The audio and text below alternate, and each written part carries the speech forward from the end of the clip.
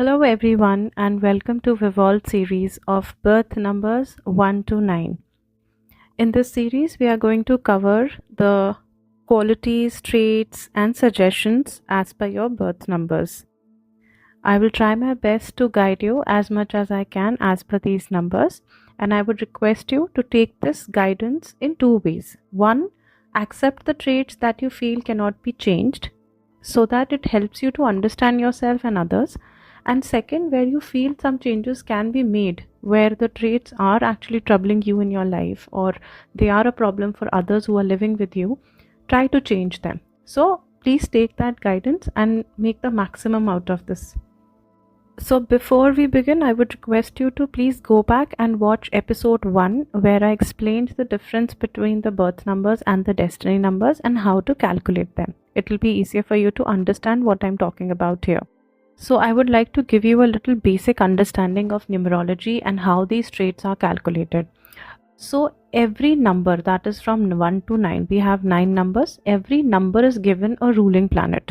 Okay, so we have 8 planets in our solar system. Now we'll remove Earth from there because we are living on it. So we are left with only 7 planets. So these 7 planets plus the sun and the moon. So these 9 celestial bodies are going to rule numbers 1 to 9, and as per numerology, every celestial body is given one number. Now when you're born on any of these dates, you are supposed to carry the traits of these planets. Okay, so it is automatic that when you're born under the date of birth of sun, that is 1 for example, so you will have traits of sun. So similarly, when you will be born under any of these planets with the other numbers assigned, you will have the traits of these planets. Now basically we all should always try to enhance our positives and try to work on our negatives. Also, apart from this numerology, these numbers, it might happen that you do not find 100% accuracy here. Reason being, there are other lot many numbers which are involved in our date of birth, that is your month and your year and your moon sign, your sun sign. All these things also play a very important role. So it's a permutation combination of a unique chart that you have. So over here I'm only discussing the numerology birth numbers.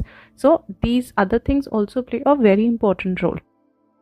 Next and the last most important thing before I start is, you might find that two people with the same birth number might not be same. They will have some basic differences. Now why does that happen? Over here the role of soul awakening comes. Every person, every body, every soul that is going through the earth is going through an evolution. So we can say that you are 5 years old, she is 18 years old, he is 20 years old. That is the age of the body, but the age of the soul is very different from all these things. So it depends at what level is this soul operating. Okay, you can operate from a higher level if your soul is very much evolved and awakened, or you might be operating from a very low level. So what happens is, when you are operating from a very low level plane, your negative traits start overpowering you. It is very difficult for you to work on yourself. So eventually you accept it and your negatives are highlighted. On the other hand, if you are operating from the higher plane, your positive traits are going to be used very well. You will have them enhanced, and you will know it very well how to overcome your negative traits. You will have a good control over them. That is the difference that you will find in two different people with the same birth number. So this will help you understand yourself and others very well. So here I have covered the basic information. So here I bring number 4. First of all, my apologies that I took so long to bring this video. The only reason is that I had to research a little bit more about it. The research is important so that the repetitive information can be avoided, which is floating very commonly across all the YouTube channels, and a lot of numerologists are talking about it. My only idea of bringing another video in the same category is to bring a deeper insight and what actually can be done. So following the same pattern where I'm making you aware of your own planet or the celestial body you're getting affected with, we are going to continue the same pattern here as well. But there is a small difference when it comes to number 4. Number 4 are the people who are ruled by Rahu. Okay, now Rahu is neither a planet nor any other celestial body. In fact, it does not even exist. Rahu is an imaginary, illusionary celestial body which is in the form of a shadow. Now the question comes, if something does not even exist, why are we even considering them? So we need to understand, in numerology, we need to consider those celestial bodies, those powerful planets which are affecting our lives. That gives them a term as Grah, which is not translated to English correctly. For the lack of better words, they call it as planets. So if you see, they call Sun also as a planet only, affecting number ones, but Sun is not a planet, Sun is a star. So that's the little difference between Hindi and English numerology. So coming back to the concept that anything that is affecting us in the cosmos is basically the Grah. So Rahu becomes a Grah, and it has a very strong impact on the people who are born on number 4. So now if you compare number 4 people with other people who are having a visible planet in front of them, it becomes very easy to compare the traits. But what about number 4s? Also, another question might be arising in some of your minds, that why me, and it happens with other numbers also, that at times we feel, why me? Why am I having this particular trait? Why am I born on number 1 or number 2 or number 3? The reason is that every person who is on this earth, every soul that is on this earth, please understand, we don't live here, we are passing through the earth. So it's just like, if you take an example that you had to go from your house to your friend's house, and your mother told you that while going to that place, please visit this shop, buy this thing, and then go to his house. While you come back, you bring this item to me. So this extended circuit route that you took had a purpose to it, that you had to bring one item to your mother. Similarly, when you are passing through this earth, you all of us have a purpose to fulfill. To fulfill those purposes, several souls are assigned certain roll numbers. For example, somebody who's very good at something, they will be given number XYZ. Other person who's good at something else, they will be given some roll number ABC. According to the purpose that you're supposed to fulfill here, you are actually assigned these roll numbers. So if you belong to number 1, or you belong to number 2 or 3, or whatever number you have, the traits that belong to these numbers are your guidance to your soul purpose.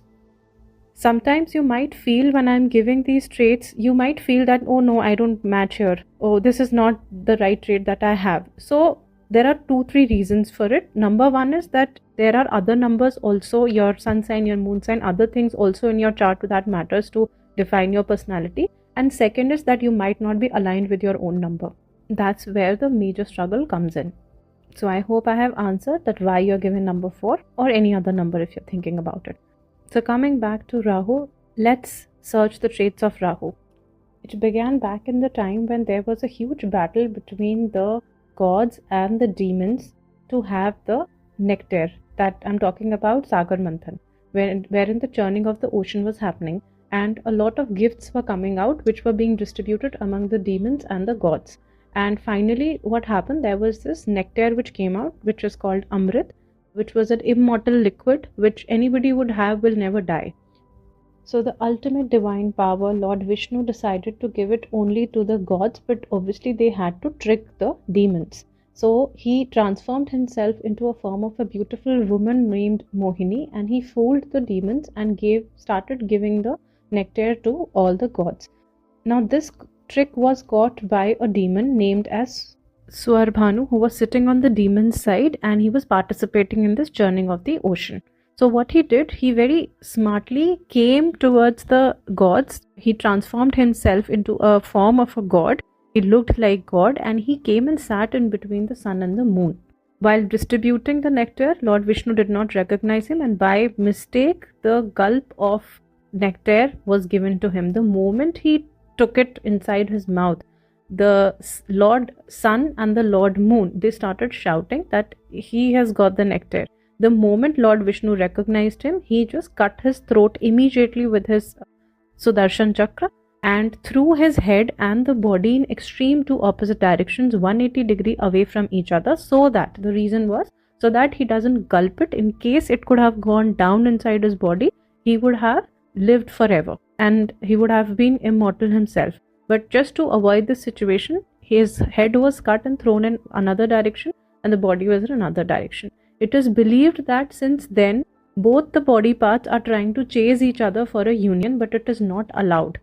So what they do is, one part of this head is on the north side of the moon, and the southern part of the moon is having the body of this. The body of this demon is called Ketu, and the head of this body is called Rahu. They are also termed as Rahu as the demon's head and Ketu as the demon's tail, sitting 180 degrees away from each other. As I mentioned in the beginning that they don't exist, but they are an illusion, they are a shadow. So whenever this shadow engulfs the sun, it is called solar eclipse, and whenever it engulfs the moon, it is called the lunar eclipse. So as again connecting it with the term Grahan, whenever it is Surya Grahan, it has an impact on our lives because the energy there is an energy shift, and whenever there is a Chandra Grahan, also we have an impact on our life. So I hope I am connecting all the dots together. Now, very interesting story, right? All of you must have read it and seen it in so many televisions and so many storybooks and everything, but these stories are made for people like us who are so unaware of how to live our lives and how to understand the deeper meaning of life. Thus, these interesting elements of demons and gods and these nectar and sagar manthan, everything is added. But if you go and understand the deeper meaning of these stories, every story is a metaphor. Every story is telling us something related to our current lives, where we need to take some lesson from there and understand how to go about it. Every problem has a coding, we just need to decode it. So now I'm going to decode this entire story into our real lives of these days. So as we all know that there are a lot of wrong belief patterns that we live in, just because it was conveyed to us from our generations to generations. So those are called as myths. We don't know the reality. It is somebody's reality is different, somebody's reality is different. So we know that we are entangled in between a lot of myths around us. But we also know that in the middle of these myths, there is also a truth that exists. Whenever we touch upon any truth of our life, we feel the liberation, we feel that peace, and we feel that eternal bliss. All of us have seen it. Your truth might be different from mine and vice versa, but all of us have touched upon these myths and these truths of our life. That is the churning of our mind, which has lot of layers of myths and lot of layers of truth as well. So that is why Sagar Manthan tells us that this churning of mind is required throughout the life. So why the churning is required? Churning is required so that we can get away from these myths, the wrong belief patterns with which we are living our lives with, and we are struggling with it, and we finally start finding the beautiful gifts from the layers of the truth. There are so many gifts: the gift of balance, the gift of peace, the gift of humanity, the gift of compassion towards each other. All those big topics that we talk about, everything is within us. So that is the journey of a soul which starts inside. It goes inside. There is no journey outside. It's the journey which goes inside, churning of your own mind and reaching the layers of truth and start finding out those gifts which are given to the mankind. And finally, as we go very deep, we come upon a place in the deepest layers of the mind where a nectar-like substance is revealed. Now, what is this nectar? This substance is nothing but our true self, our higher self. This higher self is a part of the God that we worship, that highest energy that we worship to, the highest energy that we call it as the universal power. It is within us, and we are a part of it. We came out of that energy only. So all we need to do is to go inside ourselves and touch upon that true higher self of ours, which is a reflection of God itself. That is the self, that is the nectar. And anyone who drinks this sacred hidden reality of life, they become immortals. They become self-realized, and they realize that only the body perishes, not the real self. So such a man becomes a god because so many hidden powers of the deeper mind are awakened in him. That is when you merge with God. So I'm not saying these things just out of storybooks or out of the stories that my grandmothers told me, my mother told me, but I'm telling you this by from a very scientific point of view. An average man is supposed to use approximately 10% of their brain capacity. Whereas people who are practicing yoga and meditation, these are the tools that are given to mankind to reach this nectar. So these people who are into yoga and meditation, they help the advanced spiritual practitioners to awaken themselves to the rest of the brain power. So coming back to Rahu from the story now, Rahu was very clever and he wanted to become fully enlightened without doing the work of purification. That is, every person who's into the materialistic world who doesn't want to do the right karma but quickly jump onto something that gives liberation. That's not possible. Okay. Such kind of mentality is easily caught by the higher powers, the divine powers, and as Lord Vishnu did not give him the opportunity to drink that nectar, the head was cut. Rahu is the mouth, so it represents the greed, and a mouth without a stomach can eat but it cannot digest, it cannot assimilate, which is necessary for satiation. So precisely, Rahu is the ever insatiable demonic tendency of an ignorant man. Also, we can't forget that the nectar was gulped by him. He did not take it down the body, as the body did not exist by then, but then he still carries that nectar in his mouth. What does that signify? It signifies that despite of all these bad qualities of a demon, Rahu is cursed to be immortal because he has gulped the Amrit. So the idea is that the stupid ego or the ahankar which we carry, though non-existent like a shadow that Rahu itself is, will continue to be projected by the unenlightened soul forever and ever in its reincarnations, till it becomes liberated from the grip of Maya, that is, all the delusions, and it becomes enlightened. The body of the Rahu, that is Ketu, is also having another story which is just opposite to this, because it is trying to reach the brain, it is trying to reach the head. So that I will continue in my next video, which will be for number 7, as number 7 is ruled by Ketu, which is the opposite story of this, that I will continue in that. But let's continue with the traits of this particular Greh and see how it affects number 4s. This video is a little longer because I know the set of people I am delivering it to, number 4s, are so logical in everything that until they have the reason, the complete explanation of what is being told to them, they will never understand it. So let's begin with the traits of number 4s. The first thing that comes to my mind for number 4s is the brain power, intelligence. They are born with such immense intelligence that no matter how intelligent the other person is, you will never be able to match up to their intelligence. It is a born intelligence, the born brain power coming from the trait of Rahu, that it is just the head. So सारी की सारी power, सारी energy सिर्फ head में चली जाती है, सारी की सारी जान जो किसी में लगानी है वो दिमाग से लगानी है. तो इस नंबर के रूल्ड वाले लोग अगर दिमाग का कोई काम करते हैं तो बहुत सक्सेसफुल होते हैं. Second most important trait of number 4 is that unfortunately they are the most misunderstood number of the entire numerology. Why am I saying so? Because since they carry an extra load of information, extra load of knowledge and intelligence in them, the same trait becomes their weakness also. Because when they are talking to somebody or when they are trying to convey their point, the other person feels little belittled. That ये मुझे नीचा दिखाने की कोशिश कर रहा है, ये मुझे मेरे सामने ज़्यादा स्मार्ट बनने की कोशिश कर रहा है, बट एक्चुअली वो फैक्ट्स ही बोल रहे हैं और ये नहीं दिखा रहे कि मुझे ज़्यादा पता है, एक्चुअली उनको ज़्यादा पता है.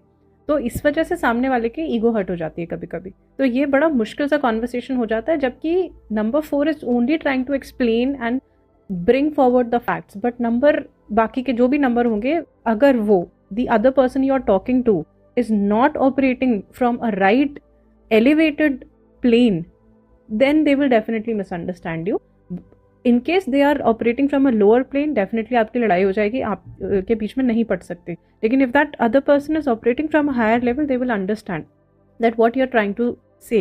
The meaning of the message will be understood, even if the tone is a little rude or a little complicated, they will be able to understand it. So ये major issue है जो number 4 वाले face करते हैं most of the times की, क्योंकि इनके पास knowledge ज़्यादा है और नॉलेज से ज़्यादा इंटेलिजेंस ज़्यादा है. तो ये दो अलग अलग चीज़ें हैं. एक होती है नॉलेज जो आप अक्वायर करते हो, एक होती है इंटेलिजेंस जिसके साथ आप बॉर्न होते हो. सो अनपढ़ इंसान भी इंटेलिजेंट हो सकता है, right? So I am talking about that intelligence for number 4, that they are born with this brain power. Next trait जो आप लोगों का आता है वो है कि coming from the Rahu, that it is trying to chase each other, it is trying to chase its body, so they are always up to something. Rebellious nature हो जाता है because they are separated from their bodies. तो इस particular person के number, इस particular number के person को हमेशा एक रिबेलियस एटीट्यूड के साथ आप देखोगे. ज़रूरी नहीं है कि एक सरफेस पे होगा, लेकिन रिबेलियस एटीट्यूड होगा कि they will not take nonsense from anyone. They will definitely do some changes. They will not buy anything at the face value. आप नो मैटर कितनी ट्रेडिशनल फैमिली से आते हो, नो मैटर कितने पुराने कस्टम्स को फॉलो करते हो, लेकिन आप वो नंबर 4 को सेल नहीं कर सकते जब तक आप उसका एक रीज़न नहीं बताओगे, उसको उसका लॉजिकल एक्सप्लेनेशन नहीं दोगे. और अगर वो कन्विंस नहीं हुआ तो वो नहीं करेगा, चाहे वो उसके पेरेंट्स बोलें, चाहे वो उसका पूरा खानदान बोले, चाहे भगवान उतर के भी बोल दे, वो नहीं मानेगा, क्योंकि उसके लिए फैक्ट ही सब कुछ होता है. तो ये इतना रिबेलियस एटीट्यूड लेके आते हैं कि वो एक रीज़न बनते हैं रेवोल्यूशंस का इस पूरे अर्थ पे. तो आपको इस चीज़ से, अब इस चीज़ को लेके लोग नेगेटिव सोच सकते हैं कि यार they are so rebellious, they are so irritating, they are so annoying, but please understand the other side of it as well कि why would somebody buy something or believe in something if they don't believe in it, if they don't buy the conviction, why would they go for it? So that's why they are the only people who question the norms. They are the people who go against the flow, and that is the reason history में अगर आप देखोगे तो बहुत बड़े बड़े revolutions जो आए हैं वो नंबर 4 वाले लोगों के थ्रू आए हैं. For example, if I remember, one of the biggest personalities that I remember is Isaac Newton. Was born on number 4. I don't remember the date, but he's a number 4 personality. Apart from that, there were other people: Sardar Vallabhbhai Patel, George Washington, Sarojini Naidu, Kishore Kumar, Barack Obama, and Margaret Thatcher. All these people were born on number 4, and I'm sure there are many more people. But then they were a little हटके people. थोड़े से हटके qualities होती हैं, और ये इतना powerful trait होता है कि it's not just the revolution that these people have brought, but it is also in the time of Rahu that a lot of changes came. 2020 number 4 का year था. I need not explain what happened back then. 2011, if all of you remember that time, it was at the age of deep depression. Massive changes आते हैं उस time पे, जिसको अब अगर आप नेगेटिव लोगे कि अरे इतना कुछ प्रॉब्लम आई थी, देखो कोविड के टाइम पे 2011 में कितना डीप डिप्रेशन आया था, but see the other side of it, कितना मैसिव रेवोल्यूशन आया है टेक्नोलॉजी में, कितना मैसिव रेवोल्यूशन आया है, वर्क फ्रॉम होम हुआ, टेक्नोलॉजीज इतनी रेज हुई, कितना ज़्यादा इन्वेंशंस हुए, रिसर्च हुआ, वैक्सीन आया, we become more empowered now. So we don't look at the positive sides of it, we just look at the negative side. So this is a number of revolutions. और जब कोई बना है इस तरीके के रेवोल्यूशंस लाने के लिए, तो रिबेलियस एटीट्यूड तो बनता है. Going with the flow will not work with the revolutions. तो ऑब्वियसली ये नंबर वाला इंसान सवाल बहुत करेगा, इतने सवाल करेगा, इतने सवाल करेगा, नॉर्म्स को क्वेश्चन करेगा, लोगों को क्वेश्चन करेगा, पुरानी जो रीत है उनको क्वेश्चन करेगा, कस्टम्स, रिलेशनशिप्स, हर चीज़ को क्वेश्चन करेगा. इसलिए नहीं कि वो आपको बी लिटिल कर रहा है, वो इसलिए क्योंकि वो जानना चाहता है कि ये क्या है और ये क्यों है, because mind is very logical. इसको अगर आप उसके ट्रेड से भी चेक करने की कोशिश करोगे तो राहु हेड था, राइट? राहु के अंदर सिर्फ मटीरियलिस्टिक चीज़ें रह गई थी, क्योंकि मुंह जो है, माउथ है, वो दर्शाता है ग्रीड को, जहाँ पर आपके मटीरियलिस्टिक प्लेजर्स होते हैं. For example, you want to have a lot of tasty food, so that is going to, basically it's a metaphor for materialistic desires. और उसकी बॉडी को कट करके दूर फेंक दिया गया था, जिसके अंदर हार्ट है और जिसके अंदर आपकी आत्मा है. तो जब आप आत्मा से ऑपरेट करते हो, भूख, प्यास, ठंड, पसीना, गर्मी, ये सब फील नहीं होता. So Atma is another way from where you can operate and control all your desires. So that is why head is operating with a lot of materialistic desires, and that is why it looks for logic. It doesn't think beyond logic. और इसी को सबसे बड़ा भ्रम, सबसे बड़ा illusion बोला गया है. शैडो है ना, एग्जिस्ट नहीं करता, शैडो है. Shadow means illusion, illusion means भ्रम. तो यही सबसे बड़ा भ्रम है इंसान का, कि वो मटीरियलिस्टिक चीज़ों में जो प्लेजर ढूंढ रहा है, वहाँ तो सुकून है ही नहीं. और ये ट्रेट वाले लोगों को दूसरा साइड का पता ही नहीं है. और अगर वो उस दूसरे साइड पर जाने की ठान ले कि नहीं, मुझे I need to go beyond this, let me tell you, number 4 is born with a lot of occult powers. बस वो अनलॉक नहीं होते हैं, क्योंकि वो अपने भ्रम में इतनी बुरी तरह से फंस जाते हैं कि वो दूसरी साइड जाना नहीं चाहते। लेकिन अगर किसी का पाथ अलाउ करता है या किसी का टाइम आ जाता है ट्रांसफॉर्मेशन का और वो दूसरी साइड जाते हैं, तो आपसे कहीं आगे ये लोग जाने की क्षमता रखते हैं, because they have the power to give up on these materialistic things. अपने ही खिलाफ अगर वो हो जाएंगे तो imagine they will question every desire of themselves also, so they can go to extreme end as well. ये रिबेलियस नेचर दूसरों के लिए नहीं, खुद के लिए भी आ सकता है। तो there is no end to it, up to what level they can transform themselves and become the biggest saints for ever. I remember Swami Vivekananda का डेस्टिनी नंबर वॉज नंबर 4, 22 पे एडअप होता था उनका month, date and year, and you know what a revolutionary change he brought. But होता क्या है ना कि ये बड़े रेयरली कोई आगे निकलता है स्पिरिचुअल लाइफ की तरफ। अदरवाइज क्या होता है, जो बाकी के नंबर 4 मेजरली आप देखोगे वो तो रिबेलियस रेवोल्यूशन लाने के लिए पैदा हुए थे। तो अगर कोई इंसान इस मटीरियलिस्टिक अर्थ पे रेवोल्यूशन लाएगा तो उसका मटीरियलिस्टिक होना तो बनता है। रोबोट्स जिस तरीके का काम कर सकते हैं वो एक इंसान थोड़ी कर पाएगा। यानी कि आप जिस कंसिस्टेंसी के साथ, जिस बिना थके हुए जिस तरीके से काम करते हैं, वेरी वर्कोहॉलिक्स, हाँ, they love their work, it is said that they are married to their work. तो इनको बनाया ऐसा क्या है? As I said, the role number assign to you is such that you will have to hard work throughout your life.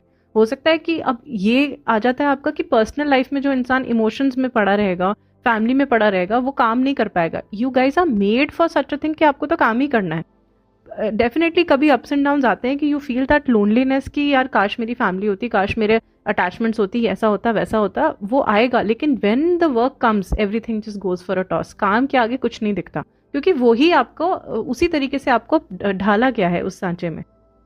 तो काम बहुत important है। तो क्या हम ये कहें इसका मतलब ये लोग इमोशनल नहीं होते, इनके अंदर इमोशंस नहीं होते? नहीं, ऐसा नहीं है।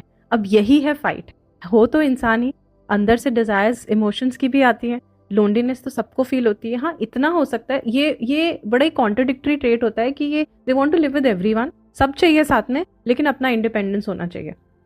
ऐसा नहीं है कि मी टाइम के लिए आप कमरा बंद करके अलग बैठोगे, किसी से बात नहीं करोगे, नहीं। You would want people around you, you would want a lot of good social life, you would want your family, सब चाहिए। लेकिन मुझे मत सिखाओ कि मुझे कैसे करना है, मुझे अपना काम अपने तरीके से करना है। और अगर आप भी अपना काम अपने तरीके से कर रहे हो और मुझसे डिस्कस कर रहे हो, तो मुझे कन्विंस करना पड़ेगा आपको, नहीं तो मैं ऐसे हाँ में हाँ नहीं मिलाने वाला। तो ये इस तरीके का कॉन्ट्रडिक्शन है। इसलिए थोड़ी डिफिकल्टी आती है एडजस्टमेंट में, इसलिए डिफिकल्टी आती है to have a personal life.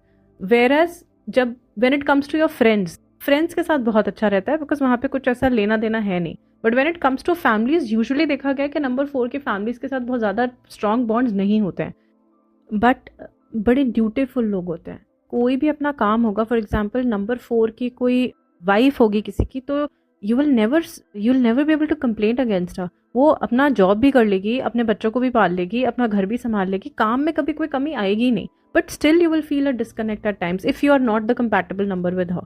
तो अगर आपको शिकायत का मौका नहीं मिलेगा, लेकिन वो एक इमोशनल कनेक्ट आपको नहीं मिलेगा कि जो मैं इमोशंस कनेक्ट करना चाह रही हूँ ना, वो नहीं मिल पा रहा है।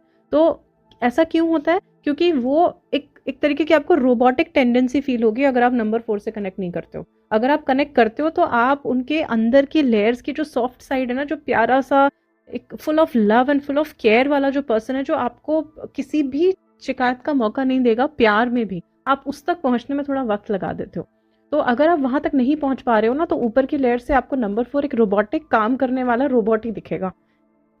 तो इसलिए थोड़ा मुश्किल होता है समझना, क्योंकि ये बहुत ज़्यादा शो ऑफ नहीं करेंगे अपने इमोशंस का, खुल के अपनी बातों को नहीं बोलेंगे, क्योंकि खुद भी अपने इमोशनल साइड को समझ नहीं पाते हैं। They can understand things very well from the other person perspective, बहुत लॉजिकल रीजनिंग दे के समझा देंगे। काम कोई भी प्रॉब्लम बताओ इनको, सोल्यूशन दे देंगे। ये काम के लेवल पे तो इनके बराबरी कोई नहीं कर सकता।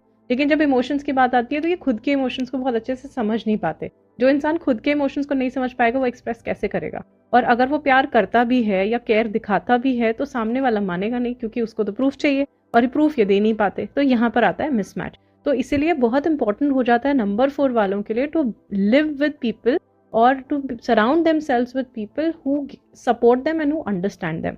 तो अब यहाँ पर सपोर्ट के नंबर्स आ जाते हैं। अब कौन से होते हैं इनके सपोर्ट के numbers? Again I will go back to the same story that I have been telling you. So Rahu is revolving around the moon. So moon is number 2 and it is also in between the sun and the moon, so number 1, and also it is the half part of Ketu, which is number 7. and also it is said that number 6 also goes very well with number 4. So I'm not saying leave the people who are of other numbers around you, but at least be careful and understand that how you're going to deal with them. 1, 2 and 6 and 7 के साथ आपका एक natural fit रहेगा जहाँ पर they will be able to understand you. Now I'll bring another very important trait of number 4's, coming back to the story setup. When Rahu drank the nectar, it was in his mouth. It could not take it down its body, could not digest it. तो वो नीचे जाने से पहले उसकी body को detach कर दिया गया. तो अब हुआ क्या कि ग्रीड, डिजायर, अटैचमेंट किस चीज से था? स्ट्रॉन्ग अटैचमेंट था उस नेक्टर से. क्यों? क्योंकि उससे मिलने वाली थी इमॉर्टलिटी. तो इमॉर्टल बनने के लिए कि मैं हमेशा के लिए अमर हो जाऊं, उसके लिए उसने वो नेक्टर पिया. ठीक है, लेकिन हुआ क्या, उसको सेटिस्फैक्शन नहीं मिला बिकॉज वो उससे अलग हो गया. Now coming from this very deep story of Rahu, these people are given one attachment. Addictions बहुत ज्यादा होते हैं नंबर को. उसको मैं अटैचमेंट को ना यूज करते हुए एडिक्शन वर्ड यूज करूंगी, क्योंकि अटैचमेंट तो फिर भी एक बार को डिटैच हो जाएगा, लेकिन एडिक्शन जो होता है ना, you can understand the intensity of this word addiction. ये एडिक्शन आपको किसी से भी हो सकता है. आपको खुद से हो सकता है, आपको किसी इंसान से हो सकता है, किसी सिचुएशन से हो सकता है, अकेले रहने से हो जाए, हो सकता है खुद से आपको एक सेल्फ ऑब्सेशन हो जाए, हो सकता है किसी इंसान से आपको बहुत ज्यादा अटैचमेंट हो जाए और आपको समझ नहीं आएगा कि मैं इतना अटैच क्यों हूँ इस चीज से, मैं इस चीज को छोड़ क्यों नहीं सकता. मतलब उस लेवल का अटैचमेंट होगा. प्लस उसी के साथ अटैचमेंट तो हुआ, एडिक्शन हुआ तो हुआ. कुछ लोग एडिक्शन को एंजॉय करते हैं, लेकिन दूसरी प्रॉब्लम क्या होती है, similarly as going by the Rahu का प्रॉब्लम, कि आपको उसी अटैचमेंट के साथ एक डिससैटिस्फैक्शन मिल जाती है. मतलब अटैचमेंट होगा लेकिन उसको एंजॉय नहीं कर पाएंगे. फॉर एग्जाम्पल, आप सेल्फ ऑब्सेस्ड हो गए, अपने खुद से अटैचमेंट हो गया आपको, तो सेल्फ ऑब्सेस्ड की कैटेगरी में आ जाओगे और वहीं पे एक डिससैटिस्फैक्शन आ जाएगा. अरे I am not looking good enough, my skin is not okay, am I gaining weight. तो आपको वो दोनों चीजों के साथ, मतलब ना जीने के हैं ना मरने के हैं, वो साथ साथ चलना पड़ता है. तो ऐसे टाइम में क्या करें? ये एक सिचुएशन होती है इल्यूजन की. इस इल्यूजन को हमें खत्म करना है. ये भ्रम है, ये रियलिटी नहीं है. तो एनी वन ऑफ नंबर 4 और any one who is dealing with the number 4 understand कि ये जो सिचुएशन इनकी लाइफ में है ये एक्चुअल में एग्जिस्ट नहीं करती है. Okay, this is the revelation of the fact that I am doing here. ये एक्चुअल में सिचुएशन नहीं है. इसके लिए आपको क्या करना है, you have to actually work on your mind on the other side, that is spirituality. आपको मेडिटेशन करना चाहिए. मेडिटेशन आपके टूल्स हैं. You remember I told you in the story कि योगा एंड मेडिटेशन आपके टूल्स हैं to get away from this demonic qualities. ठीक है, ये डेमोनिक क्वालिटी है जो कि इल्यूजन के बेसिस पे आपको इतना परेशान कर रही है. रियलिटी होती तो आप सॉल्व करके खत्म कर चुके होते. You are a very logical and intelligent person. आप बेवकूफ नहीं हो. लेकिन क्या ऐसी चीज है जो आपको इतना ज्यादा तंग करती है? ये आता है आपका भ्रम में. तो इस भ्रम को दूर करने के जो टूल्स हमें प्रोवाइड किए गए हैं वो है yoga and meditation. Specially meditation. आपका जो माइंड ओवर वर्क कर रहा है ना, एक रोबोट की तरह, एक हाईली एडवांस्ड मशीन की तरह, इसको अंदर से एक जिम की जरूरत है, mental gym, that is meditation. तो आपके लिए मेडिटेशन बहुत इंपॉर्टेंट हो जाता है. अगर आप स्पिरिचुअल नहीं भी हो तो भी आप एक नॉर्मल ब्रीदिंग एक्सरसाइज के मेडिटेशन में जा सकते हो, जहां पर आप अपने माइंड को ये रेस्ट दे सकते हो. अदरवाइज ओवर थिंकिंग की वजह से और बहुत ज्यादा रैशनल होने की वजह से आप एक नहीं कई भ्रम, कई इल्यूजन्स वाली सिचुएशन में फंस सकते हो और वहां से निकलना मुश्किल हो जाएगा. तो अपने ही आसपास में एक कॉबवेब बन जाएगा और उसमें आप फंसे रह जाओगे. लेकिन since I am telling you कि आपको क्लैरिटी चाहिए, you have to get out of it. Please train your mind properly. Just in case anyone listening to this still is unable to do it, I'm sitting here right here for your help. You can contact me and I will definitely help you to just come out of such a situation. Let's move forward. Now, as I mentioned कि number 4 वाले लोगों की जो thinking होती है वो out of the box होती है. कोई भी thinking in the box होगी नहीं, इनकी सारी thinking out of the box होगी. जहाँ पर बाकी लोगों की thinking maximum in the box होगी and some ideas will be out of the box. Number 4 के सारे ideas out of the box होते हैं. और सामने वाला जो कोई सुन रहा होगा ना, वो सुन के उसको लगेगा कि ये क्या है, बिल्कुल सर के ऊपर से जाएगा. तो ऐसे लोगों को डिस्करेजमेंट बहुत मिलता है लोगों से. एट वर्क प्लेस भी हो सकता है या घर पे भी हो सकता है. कुछ ऐसी चीज वो बोलेंगे जो सामने वाला बाय नहीं कर पाएगा, क्योंकि उनकी कैपेसिटी नहीं है उतना ज्यादा सोचने की. तो इस वजह से, और आप बहुत कन्विंस्ड हो अपने आइडिया से, तो आप बहुत स्टबर्न बन जाते हो. अब ये थोड़ा नेचर की क्वालिटीज हैं, जिस तरीके से नेचर ने आपको चेंज किया है, तो ये आपको बना देता है स्टबर्न, जबकि ये आपकी इनबॉर्न क्वालिटीज नहीं है. You are a very soft spoken person, very polite, very loving and caring, लेकिन बिकॉज ऑफ दीज थिंग्स ये थोड़े से रिबेलियस और ज्यादा हो जाते हैं, थोड़े स्टबर्न हो जाते हैं. Coming on to your partnership, professionally partnerships, I would not suggest for a number 4. Reason being, because of the obvious reasons, actually, where your mind thinks out of the box. You can do a partnership with your compatible numbers, which are 1, 7, 2 and 6. When it comes to personal partnership, please be careful that number 4 people should not marry very early. They should marry late, because उनको खुद को समझने में बहुत time लग जाता है. और अगर उस बीच में वो सोशल प्रेशर्स में आ गए कि शादी का टाइम है, शादी कर लेनी चाहिए, अगर आप इस चीज़ में फंस गए, आप सोच लेना आप बॉर्न ही नहीं हो कन्वेंशनल, आप एक अनकन्वेंशनल थिंकर हो, तो आप अगर ट्रेडिशंस के अकॉर्डिंग चले तो आप अपने खिलाफ चले जाओगे. तो इस वजह से जिनकी शादियां जल्दी हो गई हैं, तो they can see the difference. I mean nothing personal to anyone here, but it's just that I am saying कि you should avoid early marriage. जिनकी हो गई है उनको भी गाइडेंस मिलेगा, जिनकी नहीं हुई है try to take your time to get married. एक और चीज़ मुझे जो याद आ रही है नंबर 4 की, वो होता है इनको पंगे लेने की बड़ी आदत होती है. इनको पता है ना कि इनको सब पता है, तो इस वजह से ये, और इनको पता, डिबेट बहुत अच्छा करते हैं. किसी के साथ आप बहस में आ जाओ तो ये डिबेट बहुत अच्छा करेंगे. फैक्ट्स वगैरह इनको सब क्लियर हैं, इंटेलिजेंस है, हैंडल करना जानते हैं सिचुएशन को, तो डिबेट बहुत अच्छा कर पाते हैं. लेकिन I would still suggest you to not get into some unnecessary पंगास, क्योंकि वो फिर वहाँ आप डिबेट तक अच्छे हो, लेकिन उसके बाद अगर कुछ कॉम्प्लिकेशन आ गया ना हैंडल करने के लिए सिचुएशन, तब वहाँ पे प्रॉब्लम आ जाएगी. तो वहाँ पर कहीं कहीं हो सकता है इमोशनल इंटेलिजेंस की ज़रूरत पड़े, तो वहाँ दिक्कत प्रॉब्लम आ सकती है. और जहाँ मैं इमोशनल इंटेलिजेंस की बात कर रही हूँ ना, ये इनके ऊपर अप्लाई इसलिए नहीं होती बिकॉज ये इतने नाइव होते हैं ना इमोशनली, कि कोई गेम्स, कोई स्ट्रैटेजी, कोई प्लॉटिंग इनसे नहीं होती है. They are such pure lovers that अगर आप इनको सिर्फ प्यार दोगे या सिर्फ इनकी बात सुनोगे या समझोगे, जो इनके कंपैटिबल नंबर्स हैं वो जानते हैं, इनके पास कुछ भी कंडीशन नहीं होती. जिसको अगर आप अनकंडीशनल लव बोलोगे ना, they are born to give that unconditional love. लेकिन वो इतनी इन डेप्थ लेयर्स के अंदर जाके मिलेगा ना आपको, कि वहां तक पहुंचने में आप थक जाओगे. आजकल लोगों के पास इतना पेशेंस नहीं होता, but they are such pure love givers कि उनकी कोई कंडीशंस ही नहीं होती. इसलिए इनको इमोशनल इंटेलिजेंस की जरूरत ही नहीं पड़ती है. जहां पर मैनिपुलेशन चाहिए होगा, जहां पे सोच समझ के इंसान आगे बढ़ेगा, जहां पे देखेगा मुझे करना है कि मुझे नहीं करना, ये लोग नहीं सोचते. जहां पे इनको कन्विक्शन आ गई ना कि no I love this person, they are all head over heels for that person. फिर वहां कोई भी चीजें काम नहीं आती हैं. So they are very naive in that way and very pure at heart. पैसे के मामले में बहुत अच्छे नहीं होते. They are not very good with managing the money. खर्च करेंगे तो बहुत ज़्यादा कर देंगे, नहीं करेंगे तो बहुत ज़्यादा कंजूसी से काम चलाएंगे. मन करेगा तो बहुत ज़्यादा पैसे कमाने की काबिलियत तो रखते ही हैं डेफिनेटली, तो करेंगे. नहीं होगा तो काबिलियत होगी तो भी नहीं करेंगे. तो they are not very balanced with the money. On the other hand their compatible partner number 1 is very good with the money management. तो बोला जाता है नंबर 1 और नंबर 4 की compatibility in terms of profession as well as personal is very important, where the other person can manage the money really well. तो ये दोनों basically mirror images होते हैं एक दूसरे. अगर हेल्थ की बात करें तो again coming from the traits of Rahu, head है लेकिन बॉडी नहीं है, तो लोअर बॉडी के पार्ट्स में प्रॉब्लम हो सकती है अक्सर. लोअर बॉडी पार्ट्स में you need to be careful with your legs, your feet, your lower back. All these things can create a lot of issues in your life. अगर आप किसी नंबर 4 के साथ डील कर रहे हो, now this is for other people who are dealing with number 4, अगर आपको ऐसा कभी भी लगता है कि आप इमोशनली या किसी भी स्ट्रैटेजी के साथ नंबर 4 को चेंज कर सकते हो, तो आप प्लीज़ भूल जाना, बिल्कुल भूल जाना. ट्राई भी मत करना, बिकॉज वो भले ही बहुत ज़्यादा अग्रेसिव और गुस्से वाले लोग नहीं दिखेंगे, लेकिन आप उनको कभी कन्विंस नहीं कर पाओगे. एक होता है ना कि सामने वाला इंसान गुस्से से मना कर दे कि नहीं I am not convince, get lost. नहीं, ये तो उनका टोन कभी होगा ही नहीं. They are very polite people but they will never get convinced with you. तो आप अपना टाइम वेस्ट करोगे और कुछ नहीं होगा. सो इट्स बेटर कि आप उनको किसी भी चीज़ के लिए चेंज ना करें. वो चेंज नहीं होने वाले.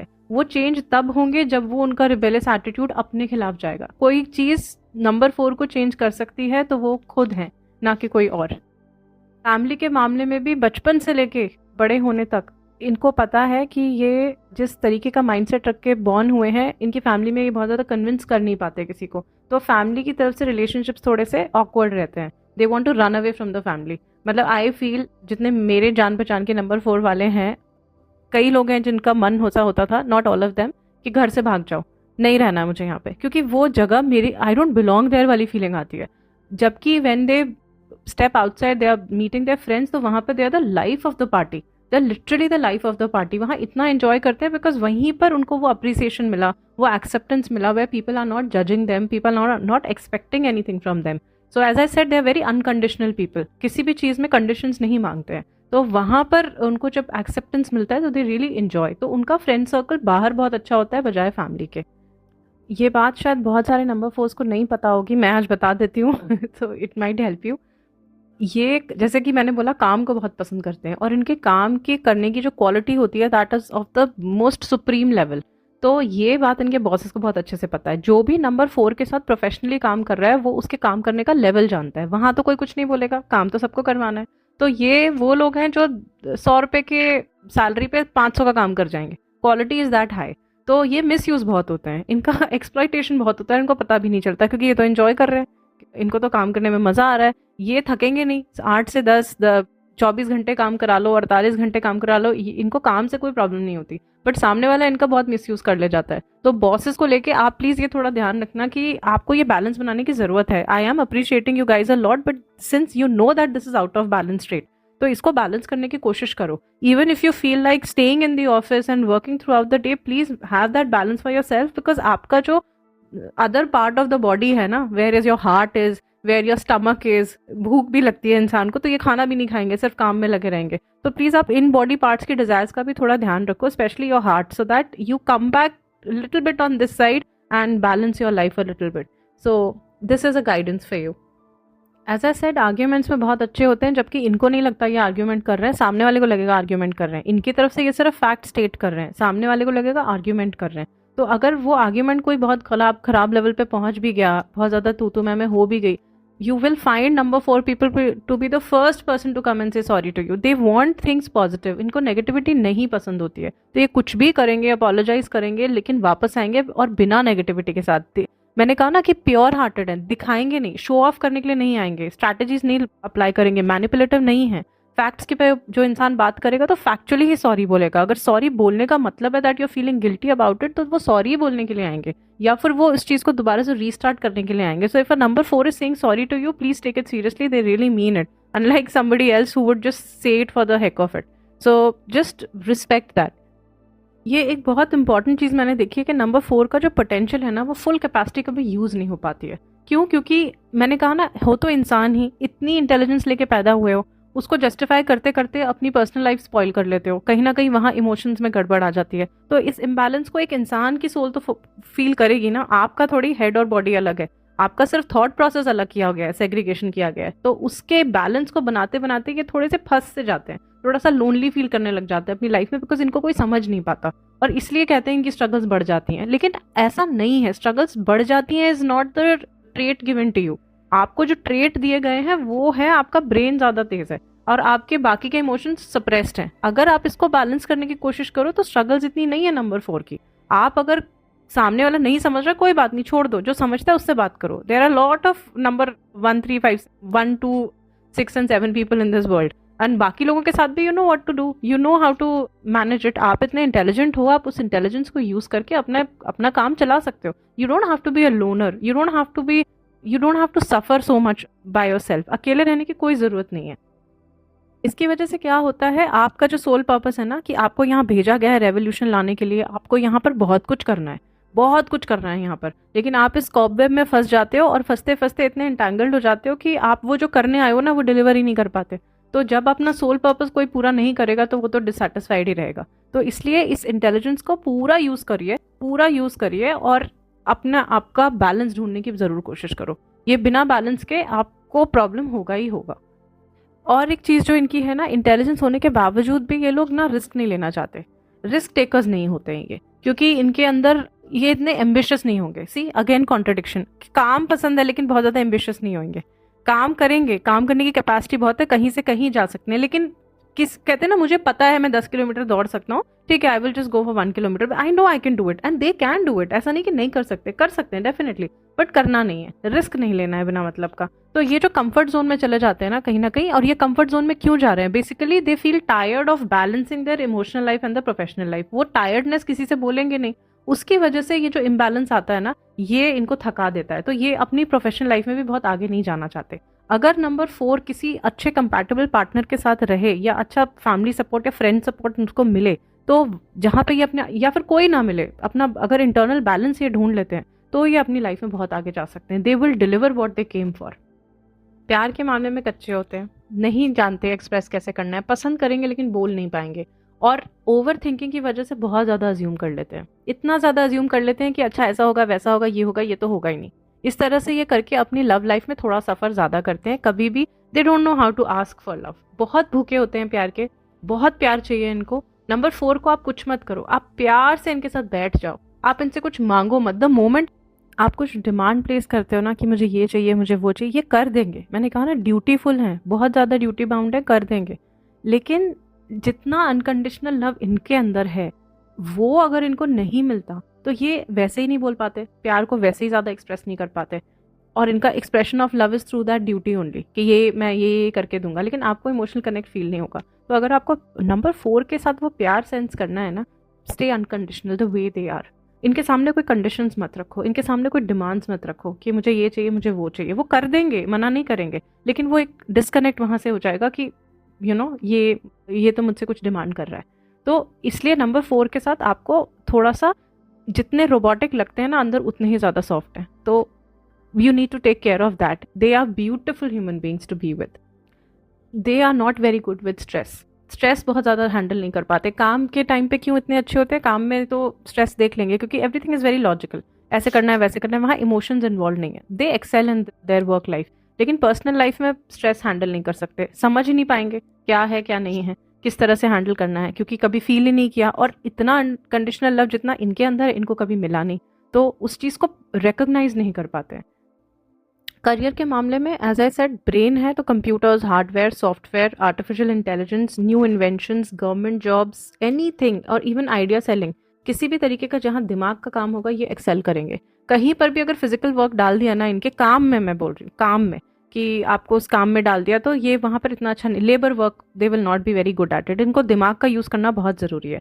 उसी टाइम पे इनकी बॉडी एनर्जीज को बैलेंस करने के लिए इनकी लाइफ में स्पोर्ट्स का होना बहुत जरूरी है, जिम का होना बहुत जरूरी है, yoga, mental gym, spirituality, meditation बहुत बहुत बहुत ज़रूरी है आप लोगों के लिए, क्योंकि यही है जो आपको बैलेंस करेगा। Because I can totally understand what you sense and how you feel and how you go about it. It's very difficult, so you don't have to suffer so much. I have giving you the tools, try करके देखना, you will get some help.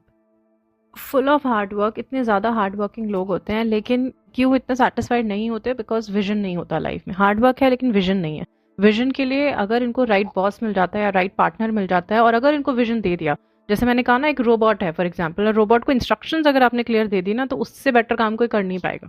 उसके emotions नहीं आएंगे बीच में, उसको वो lacking qualities नहीं आएंगी कहीं पर भी। तो अगर नंबर 4 को विजन मिल गया ना लाइफ में, सेल्फ विजन मिल जाए, खुद से मिल जाए बैलेंस करके, या उसका पार्टनर उसको दे दे या उसका बॉस उसको दे दे, अगर वो दे दिया ना तो नंबर 4 के लेवल पे आप पहुंच नहीं सकते।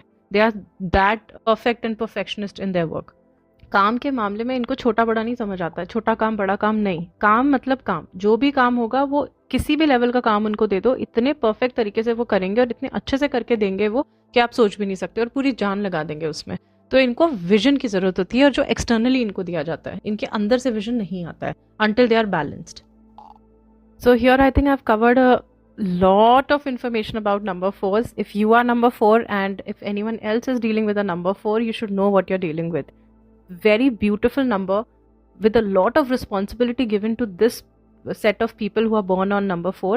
One more last important thing that I want to add here is कि number 4 का addition अगर आपका 4 से हो रहा है तो जितना 4 डायरेक्ट होगा उतना डायरेक्ट इम्पैक्ट होगा, उतना ज़्यादा ये क्वालिटीज़ मैच करेंगी। तो for example if it is number 4 direct impact होगा, इफ इट इज़ 1 एंड 3 तो आपके ऊपर 1 और 3 यानी कि जुपिटर और सन का भी इम्पैक्ट होगा एंड राहु का भी होगा, तो वो डिवाइड हो जाएगा थोड़ा। If it is 2 and 2, 2 and 2, 22 is a master number. So 2 is moon and 2 is moon, again twins.